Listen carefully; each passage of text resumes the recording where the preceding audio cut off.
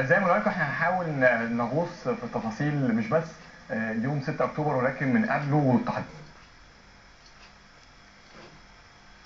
كنا طالعين من سنة 67 من ضربة قوية جدا للجيش المصري، قدر ان هو في 4 سنين، ويمكن دي كان 6 سنين، ويمكن دي واحدة من اجزاء المفاجأة او عنصر المفاجأة اللي لعبتها حرب 73، وهي ان فكرة ان الجيش المصري كان الناس شايفة ان هو لا يمكن يلحق يتعافى بهذه السرعة ويخبط خط منيع كان قدام كل العالم انه مستحيل اي حد يقدر يتخطاه. احنا منورنا في الاستوديو يعني 2 من ابطال الحرب، ويعني مشرفينا جدا، واحنا بجد سعداء ان حضراتكم معانا. منورنا سياده اللواء محمد زكي عكاشه، وهو يعني كان واحد من ابطال الطيران او الطيران الحربي والطلعه الجويه، زي ما كنت بقول لكم في الانترو. كنا دايما بالنسبه لنا احنا الجيل للاسف المعاش، ولكن كان يعرف ان كان فكره اول طلعه جويه وسلاح الطيران بشكل عام كان عامل ازاي، والدور المهم اللي لعبه في حرب اكتوبر. منورنا يا فندم، ازي حضرتك؟ ومعانا سياده الرائد سمير نوح، هو من ابطال مجموعه 39 قتال كانت تحت قياده الشهيد البطل العقيد ابراهيم الرفاعي. ازي حضرتك يا فندم؟ اهلا يا فندم. مساء الخير عليكم، منورنا ومشرفينا في الاستوديو. عايز ابدا مع حضرتك سياده اللواء. 15 مايو وهزيمه بعد 67 او 67 هزيمه، فعايزين نتكلم. الرائد الاول، يعني حضرتك احنا كنا بنتكلم على من 5 يونيو وهذه الروح، وسياده اللواء قال ان هو يعني كان في الوقت ده متوقع الهزيمه. هل ده كان نفس الشعور بالنسبه لحضرتك في هذا التوقيت؟ اولا احنا سياده اللواء محمد زكي عكاشه راجل طيار، فوضعه كان بيختلف عننا. طبعا احنا بقى قوات صاعقه اللي بيقولوا في البر والبحر والجو، يعني في اي مكان كنا بنتحرك. احنا كلنا حصل لنا احباط في 67 لان احنا ما حاربناش. وانا عن نفسي في 67 كنت محطوط في سريه كتيبه الصاعقه البحريه في شرم الشيخ، ويوم 5 يونيو يلا انسحبوا ناقلات جنود، حمل، ونزلنا على الغردقه. نزلنا على الغردقه بمناسبه كلام سياده اللواء محمد. الشعب المصري العظيم والشعب بتاع الغردقه لما يلاقوا الناس منسحبه ونازلين من الناقلات الجنود، ولاقي الستات وامهاتنا والعواجيز والشباب والرجال اللي جايب رصه عيش وعليهم حتتين جبنه، اللي جايب حاجه خلتني انا ادمع شخصيا ان في فعلا لسه مصر فيها خير، رغم ان احنا كنا منسحبين ما كناش حاجه. شعور حضرتك ايه وانت في وقت الانسحاب؟ يعني انت جات لكم تعليمات بالانسحاب وراكبين العربيات وراجعين، يعني كنت حاسس ان البلد بتضيع؟ كان وقتها انت كواحد من اعضاء الجيش المصري في لحظه انكسار يعني؟ هو حصل تضليل، لان الاعلام للاسف الشديد ساعتها كان بيقول لك ايه، اسقطنا 10 طائرات، اسقطنا 15 طائره. انا كنت ايامها جندي. لا ده اكتر بكتير يا سيدي. ماشي ما كانش 10 و15. انا بس بفكر الناس. لا بس قول الارقام الحقيقيه بتاعتك. بس عندك اقول كام كده 60 و80 وحاجات كده يعني. انا بس عشان ما ايه ما تحبطهمش. وبعدين الاقي يقول لك ايه، حط البندقيه او الرشاش اللي معاك في عين الشمس، الطيران الاسرائيلي جاي من ايه في عين الشمس. قمه البهدله. تفضل حاطط البندقيه واحنا في جبل في شرم الشيخ في عين الشمس، ما احنا جهله بقى في عين الشمس، وتقعد لك يجي ربع ساعه نص ساعه الطيران اللي جاي كله اسقط، سقطناه بالكامل. وفي الاخر تصفير اشتغل، الحق كله يركب ناقلات الجنود البحريه، كله انسحب. في اللحظه دي بقى كنتوا شعوركم ايه كبقى جنود، ومفروض ان انتوا تكونوا اصلا في ساحه القتال؟ في اللحظه دي عملتوا ايه، وايه التصرف اللي انتوا اتصرفتوا، وبرضه بعد ما مشيتوا رحتوا فين؟ يا سيدتي الفاضله، احنا خدنا كل فرق الجيش، معلمي صاعقه، بظلات، مهندسين عسكريين، توموغرافيا، فكنا على درايه كامله بالمعركه. اتدربنا كنا بنضرب نار، قنابل، بنعمل رياضه اللي هي صاعقه. كلمه صاعقه بتختلف عن الجند العادي، فكنا احنا رايحين مجهزين اننا نقاتل. المجموعه 39 بقى يا فندم، لان دي من الحاجات اسم قوي جدا الناس تسمع عنها، ومن القراءات اللي كانت موجوده. طبعا ده طبعا شهيد ابراهيم الرفاعي ربنا يرحمه، ده اللي هو مؤسس امير الشهداء، هو قائد المجموعه 39. دي صورتي انا بعد ما كنت بحريه، وبعد ما خلصت الحرب المخابرات الحربيه مسكت فيا، البحريه عايزاني، فالبحريه قالت لهم احنا عايزينه. لا طيب ما دام مش عايزينه. دي رجال المجموعه بقى 39 دي معظمهم، لان في ضباط، دي ضباط بس. المجموعه 39 ما انا هقول لسعادتك. بس الناس دي اللي سعادتك شايفها دي اثناء زياره رئيس السادات، واتجمعت المجموعه الناس ديت على اساس يصوروا صوره تذكاريه، والصوره دي اللي رئيس السادات بيسلم على الشهيد ابراهيم الرفاعي، واللي جنبه قائد ثاني المجموعه المرحوم العقيد طبيب محمد علي طه نصر. ده سعادتك. عايز اقول لسعادتك ان احنا ما قبلناش الهزيمه ابدا، وبدانا ده باختصارات شديده. احنا عدينا، انا عديت سعادتك كده 3 شهور 4 شهور. ما وضحناش للناس يا فندم، لو تحكي لنا بس ايه فكره المجموعه 39 وليه ليها هذه الشهره؟ فكره المجموعه 39 قتال ان اصدر الرئيس جمال عبد الناصر مع المرحوم اللواء ايامها الله يرحمه محمد احمد صادق، كان مدير المخابرات الحربيه، فقال نشكل ناس على اساس عايزين تشكيل ناس، مجموعه نعمل بيها عمليات، لان ما نسيبش اليهود او العدو يبرطح في ارضنا في ارض سيناء. يدوروا على ناس لسه ما فيش حد جاهز، فلجأ الشهيد ابراهيم الرفاعي الله يرحمه الى قائدي كان في الصاعقه البحريه، كان ايامها نقيب اسمه نقيب بحري اسلام توفيق قاسم. لما الشهيد ابراهيم الرفاعي كان ايامها رائد بيطلب من القوات الصاعقه البريه اللي هي وحدته الاصلانيه ناس، قالوا له احنا مش جاهزين. فلما مش جاهزين راح لاجئ للبحريه، وكانت الصاعقه البحريه هي النواه الاولى للعمل، واول ناس طلعنا عمليه بكمين، واول ناس ندمر عربيتين جيب ونقصر اسير. دي كانت مجموعه من مجموعات برضه قوات البحريه. دي انا اللي عامل الصوره دي عندي على اللابتوب بالفوتوشوب، وحبيت اجمع كل زملائي من الصاعقه البحريه، وعامل واحده زيها تاني لقوات الصاعقه البريه. سياده اللواء في التوقيت اللي كان بيشكل فيه القوات ال 39 قتال، كنتوا بقى دوركم ايه كطيارين برضه؟ كنتوا بتستعدوا لايه؟ كنتوا بتعملوا ايه في الوقت ده؟ لا الوقت ده كان فيه شغل كتير قوي للطيارين، يعني احنا بعد 67 ما كانش فيه دفاع جوي في مصر، فاحنا كنا يعني متحملين عبء الدفاع الجوي عن الجمهوريه من عقب حرب يونيو لغايه ما ابتدينا ننشئ كتاب الدفاع الجوي. فقعدنا يعني اول 3-4 اشهر لغايه تقريبا اكتوبر كنا بنعمل مظلات جويه فوق المطارات. يعني كان في تدريبات مستمره برضه بتشتغلوا عليها؟ لا ما كانش في هذا الوقت في تدريبات. كنت حضرتك بتعمل شغلتين، هو شغلتك كطيار جوي وكدفاع جوي بقى، انك برضه تدافع من الهجوم الجوي. الدفاع الجوي بحاجتين، يا بالطيران يا بالصواريخ. ففي هذا الوقت الصواريخ ما كانتش موجوده، كان لسه بنستعيد الكفاءه وبنجيب من روسيا والكلام ده كله، فألقي العبء على عاتق الطيران. فكنا بنعمل مظلات فوق المطارات اعتبارا من اول ضوء لاخر ضوء. بنحسب في هذه الشهور الصيف اول ضوء الساعه 5 واخر ضوء الساعه 8، فيبقى 15 ساعه كل مطار بيغطي بمظلات وحالات استعداد اولى.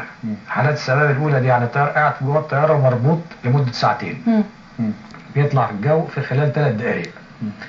فطبعا ده كان جهد يعني شاق جدا على الطيارين، وكنا طبعا عايشين في اسوأ ظروف معيشه نفسها. المطار اللي كنت فيه كان عباره عن ممر وكشكيل خشب كده يعني، وبنبات في بيت الممرضات يعني سرير بمرتبه وخلاص، ويعني اهو لغايه الصبح يعني. 30 القتاليه اهم عمليه برضو قمت بيها بعد تشكيل. انا مع احترامي لسعادتك يعني خلوني اكمل لكم بس حتى عمليه خلي الناس تسمع. يعني العمليه الكمين ديت كانت قبل تشكيل المجموعه 39 قتال، وكانت مين اللي عملها؟ الصاعقه البحريه اول حاجه. وطلعنا وعملنا الكمين ده باختصار، مش عايز اقول لسعادتك شلنا الغام وعملنا وسوينا، ورحنا فجرنا العربيتين الاستطلاع الجندي المجهول في معركتنا المخابرات الحربيه والاستطلاع اللي هي بتجيب كل صغيره وكبيره، ده الجنود المجهولين اللي ما حدش بيطلع على الهواء، ما حدش يعرف عنهم حاجه ابدا. ده اللي بيشوف كل نمله ماشيه في سينا يقول في كذا تحرك في كذا.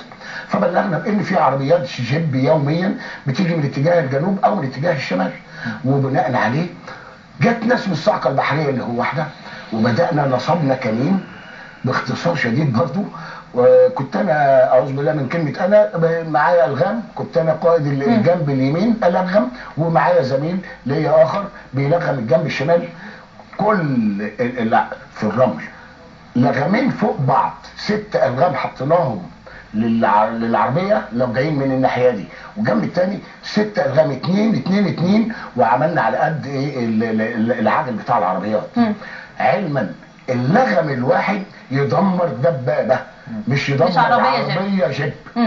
وعندما اول ما ينفجر لغم في الجنب ده تنفجر الالغام ال6 بالتعاطف. طب سيادة الرائد، هل دي كانت اهم العمليات اللي قمتوا بيها بعد 39 غزال ولا حاجه ثانيه؟ عندنا سعادتك اهم عمليه وهي الاخذ بالصقر للشهيد عبد المنعم رياض اللي استشهد يوم 9 مارس 1969 على الجبهه وسط جنوده في نادي الشط بقناه السويس في الاسماعيليه. واصدر الرئيس جمال عبد الناصر بالاخذ بالصقر للشهيد البطل، وعبرت المجموعه 39 قتال جميعا. البطل ابراهيم الرفاعي وشهاده للحق، كان اول واحد رجله تنزل الارض في سينا واخر واحد ينسحب الشهيد ابراهيم الرفاعي. وانا كنت بشوف بعينيا لدرجه بان اليهود مره كشفونا وانا كنت جنبه بالرص الغام، بقول له يا فندم ده شافونا وطي يا فندم، والكلام ده طالع في الدستور بالخط العريض. قال لي انا ما وطيش راسي في ارضي، وهم شافونا من بعيد بس هم ناس جبنه. ايه المراحل اللي مريتوا بيها برضه في المعركه دي لحد ما وصلتوا للانتصار؟ حضرتك كده مش هتاخدوا مني اي عقد. لا ما انا بس عايز اقف مع حضرتك هنا ونرجع للسلاح الطيران، فعشان بس اعرف احنا فيها بالعربي كده يعني. اولا 500 يوم المسرح كان ممتد من العريش الى اسكندريه. 500 يوم متواصلين ولا كان في انقطاعات؟ لا متواصلين. المسرح طيران، مدفعيه، الصاعقه، كل 39 دفاع جوي، كل الاسلحه شاركت فيها. هذه الحرب مكنتنا ان احنا نبتكر ويعني نستنبط اساليب قتال. يعني عايز اقول واؤكد على عظمه الانسان المصري ان احنا المصري استخدم السلاح اللي كان في ايده باكفأ واعلى قدره من صانع السلاح نفسه. رائع. عايزين نتكلم برضه عن النياشين دي لان الوقت بيدوهمنا، لان الرئيس مرسي عنده خطاب دلوقتي ولازم ان احنا ننتقل عليه. النياشين له اسئله عايزه 10 ساعات عليا انا اقول ايه اللي حصل. للاسف حضرتك انت دخلتني في موضوع ومش هتنقل من هنا لما اكمله. دي الانواط اللي انا ممنوحه ليا من الرئيس جمال عبد الناصر في عمليه الكمين اللي احنا اثرنا فيها اول مسير على الجبهه المصريه يوم 26/8 سنه 1968. ده اول واحد، وكان نوت الجمهوريه العسكري دوت الطبقه الثانيه، وكنت بصرف له 2 جنيه ونص. وكان معانا مجندين صرفوا لهم مكافاه تشجيعيه 30 جنيه تقديرا لاعمال البطوله والشجاعه الفائقه في جبهه القتال يوم كذا. النوت اللي بعد منه نوت منظمه سينا، بما اني كنت بساعد مع منظمه سينا بعد نهايه المجموعه. النوت اللي بعده الرئيس السادات منحولي نوت الجمهوريه العسكري من الطبقه الاولى اثناء زيارته للمجموعه. طب ده سعادتك في ميداليه اكتوبر، ودي كل من حضر حرب اكتوبر بياخد ميداليه، والاخرانيه ميداليه العيد العشرين للثوره. بما اننا اتكلمنا عن الاوسمه، انا من مكان سعادتكم هنا وبكل فخر وشرف ان انا متشكر جدا لدعوتي هنا، بخاطب السيد الدكتور الرئيس محمد مرسي اللي احنا اتظلمنا في عهد الرئيس السابق محمد حسني مبارك في الانواط والاوسمه، لان انا كنت منحت نوت الجمهوريه العسكري من الرئيس انور السادات كنت باخد له 5 جنيه، واللي منح نجمه الشرف العسكريه او نجمه سينا بعد كده لما طلعت كان بياخد لها 10 جنيه. يعني نسبة 1 إلى 2. تخيل ان لما الطلقه بتيجي ما بتفرقش ما بين اللي واخد نجمه سينا او نجمه الشرف او اكتوبر. نفاجئ فضلنا نرتفع مع بعض. انا بقول باختصار شديد احنا وصلنا 500 جنيه وهم 1000 جنيه، وبعدين قال لك الناس دي ضباط شرف مثلا، الناس دي صف ضباط، راح مركننا على جنب، علما بان في ضباط عاملين زي سياده اللي هو محمد منح نوت الجمهوريه وما كانش بيصرف له. ليه؟ قال لك ده ظابط عامل اللي له بيبقى نجمه الشرف او النجمه العسكريه. فضلنا نحارب ونتكلم وبقينا نقول في كل القنوات الحمد لله، انا ببارك لهم جميعا ان يتصدق لهم ان يتصرف نوت الجمهوريه لهم. يوصلوا نجمه سينا ونجمه الشرف الى 20,000 جنيه واحنا نوصل 750 جنيه. اين الحق والعدل؟ انا بقيت فرحان. ولا انا عايز اعرف برضه من سياده اللواء، يعني من ده شعور احنا بنقراه من حين لاخر من ابطال اكتوبر تحديدا، انه في ناس حست زي برضه ما حضرتك قلت طبعا سياده اللواء، ما حضرتك قلت انه لا يعني مفيش اخذ للحق، وفي نفس الوقت لما بييجوا حضراتكم تبصوا على حال سينا دلوقتي برضه بتزعلوا على الارض اللي انتوا دفعتوا عنها. فعايز اعرف من حضرتك النقطه دي. الأوسمة ولا السينا؟ لا انا بتكلم على السينا، شعور حضرتك من التكريم الدوله ليك من وجود بطل موجود النهارده. التكريم يعني معلش احنا يعني اكرم واعز ان احنا نطلب حاجه لنفسنا. للاسف. وبعدين احنا لما عملنا هذا العمل احنا ما كناش لا بنتاجر ولا مستنيين مقابل لا سلطه ولا نفوذ ولا فلوس ولا حاجه. هي الدوله كرمت ناس معينه يعني وقالت ان هم دول اللي عملوا دول الابطال وادتهم. هي حره، الدوله هي حره. انا يكفيني ان انا ما بخش هنا اي واحد من المساعدين او المخرجين او بتاع بيقابلني وبيرحب بيا وبيقول لي كلام، انا في هذا بعتبر ان ده احسن تكريم ليا. الله ينور. حقيقي انا في كل حته بخشها بلاقي شعور جميل جدا. الناس انا ما اعرفهمش يكفي بيقول لي انت يعني انا اول امبارح كنت في القناه الاولى واحد بيقول لي اوطى ابوس ايدك. يا نهار ابيض، ده يعني يسوى عندي قد ايه ده؟ ما تدينيش بقى الدوله تديني فلوس، ما تدينيش فلوس. انا يعني ما كنتش بحارب عشان كده. تمام. النهارده سينا بقى وقصه سينا دي. اتفضل. سينا للاسف بتضيع مننا. سينا الامر مشبوه وملتبس وواضح جدا ان في تآمر وتآمر خارجي واضح لاي واحد ذو بصيره، واحنا مشاركين في هذا التآمر بالتقصير بتاعنا وبالاستهانه بهذه الارض. هذا شهر ونص تقريبا سنها ده 39 والناس دي انا لحد عيد النهارده اخدهم واروح بيهم واسيطر على المنطقه. مستعدين نحمل السلاح من جديد.